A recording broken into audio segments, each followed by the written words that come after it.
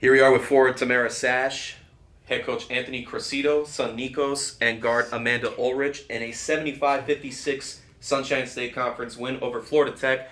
Coach, we'll start with you.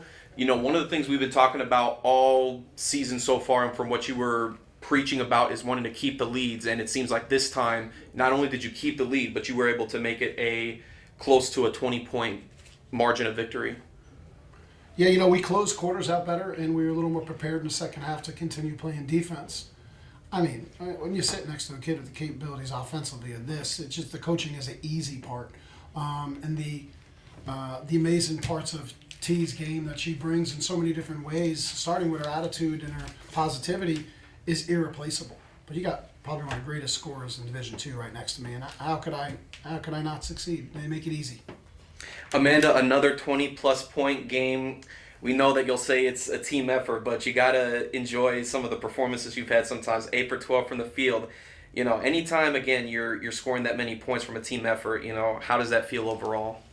I mean, it's, like, exhilarating, and, like, the feeling inside, like, is, like, warmth and happiness, and we're just, like, gluing it together. We're so close to being, like, this, and, like, we just got to keep staying together with each other and keep busting our butts in practice, and he's leading us, so we can't do it without him. Tamara, again, you know, especially coming back just in the nick of time for Sunshine State Conference play and just the performance you've had tonight.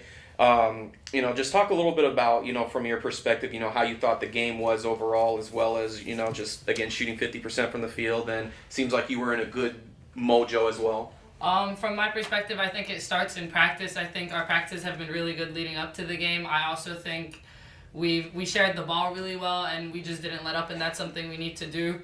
I mean, I couldn't do it without my teammates. We all keep each other going off the bench. I think we had a lot of production, which is what we need, and I feel like the team is really coming together. Everyone's starting to understand their role more, and we just need to keep it rolling. Coach, looking at the first half, you know, it was a 26-14 lead, but then in the second half, you know, you come up with a 26-point quarter and a 23-point quarter, lots of offense. What was said in the locker room during that time to get the team fired up? I'm not sure anything but defense. You know, we need to play 40 minutes. And they put up some points in the second half, but it wasn't because we weren't playing defense. We fouled a little bit too much in the third quarter, so they got a lot of free throws. In the first half, they would have scored less. They would have scored maybe 16, not 19, no, 13. But we let them get loose for 2 threes. And that's going to happen on a team that shoots a lot of threes and has some movement.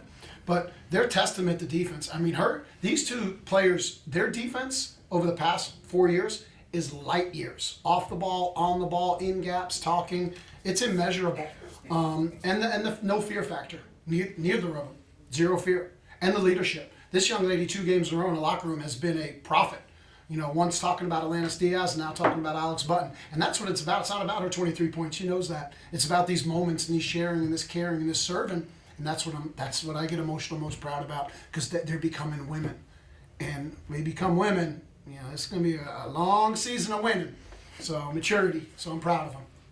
And especially with wins like this, and then, of course, obviously, you know, when you get down towards this weekend, it's going to be a prime Sunshine State Conference matchup. But a win like this, what does it mean moving forward? I don't know. What do you guys think? What is one, T? What is this win coming off a loss, T? What do you think? Coming off a loss that we thought got away, what do you think? Coming off a loss, I think we needed this one going into Saturday. It's a big momentum booster and reassurance that we're good, and the other day was just a mishap, and I really think into Saturday we're going in, they don't know what they're coming in for, and we just need to show them that we're a different St. Leo.